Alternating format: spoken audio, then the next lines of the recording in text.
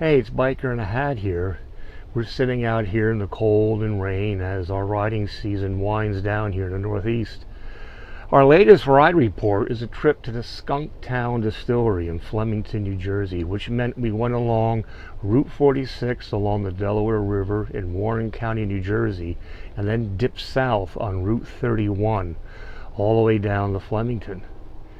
Warren County is a pretty area, lots of roads to veer off and view, and the Skunktown Distillery did not disappoint. One of the best ones we've seen this summer. Check it out.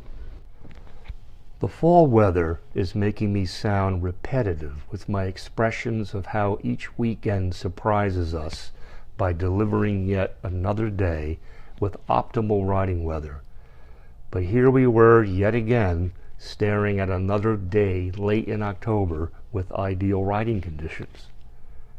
Today we're off to Flemington, New Jersey to visit the Skunktown Distillery. For us, it meant starting off with the most picturesque part of the trip by traveling through the Delaware Water Gap along Route 611. It's a beautiful area mentioned many times before in some of our other ride reports.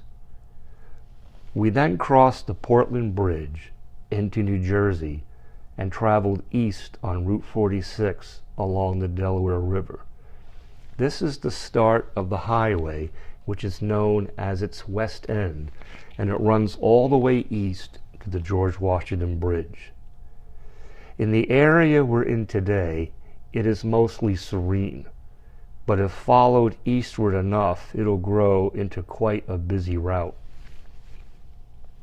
Not far from the border of Pennsylvania, the highway takes you by the famous Hot Dog Johnny's, a hot dog stand from the 1940s that'll show up on any discussion around the internet regarding nationally famous hot dog establishments.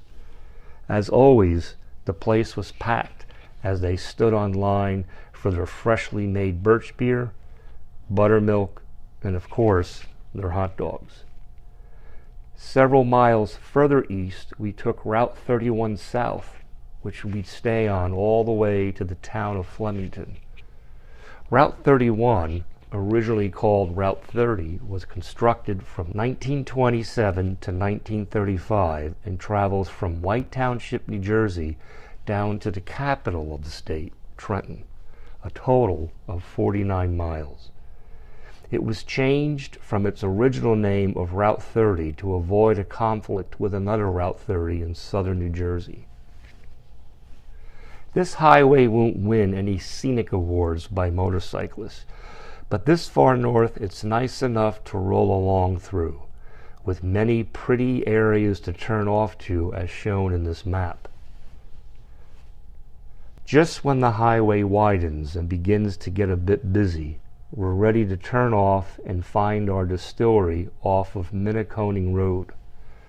Unlike most of the distilleries we've visited this season, this area is not surrounded by farms with streams and other gems of nature, and there's nothing historical about the buildings.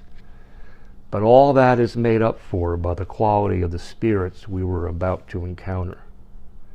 Owners Kane Fowler and Paul Hyatt, a former computer IT employee and a tile setter, respectively, decided to take on the challenge of creating great liquor from local chemical-free ingredients, and our impression is they couldn't have been more successful.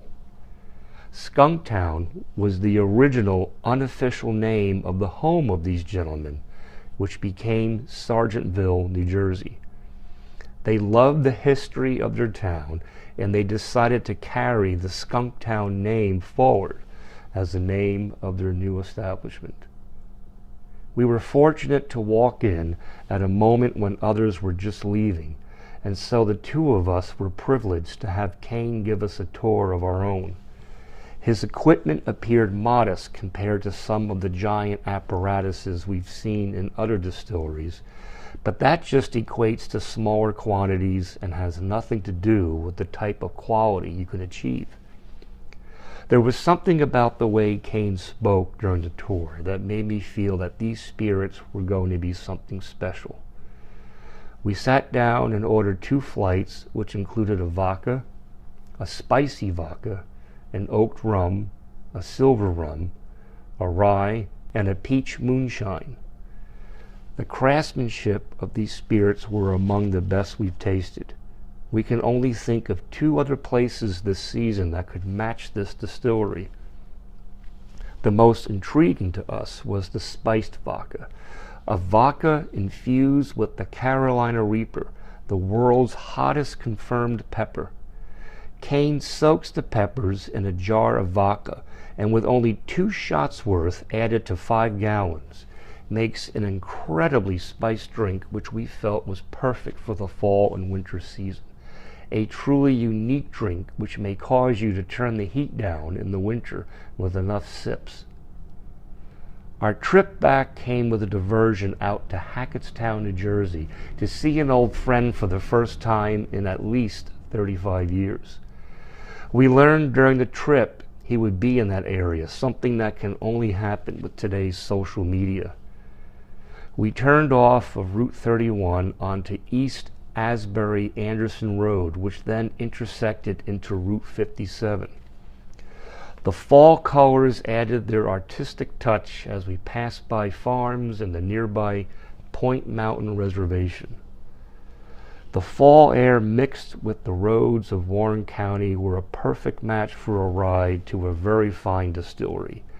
Our stay in Hackettstown led us to a ride in the dark to get home as our lights cut through the darkness of this moonless evening. So there it is. Warren County is loaded with scenic roads and lots of history too. We're going to have to make our way back there the next riding season. But in the meantime, as the season winds down, be it by bike or by car, try to pay a visit to the Skunktown Distillery. You won't be disappointed.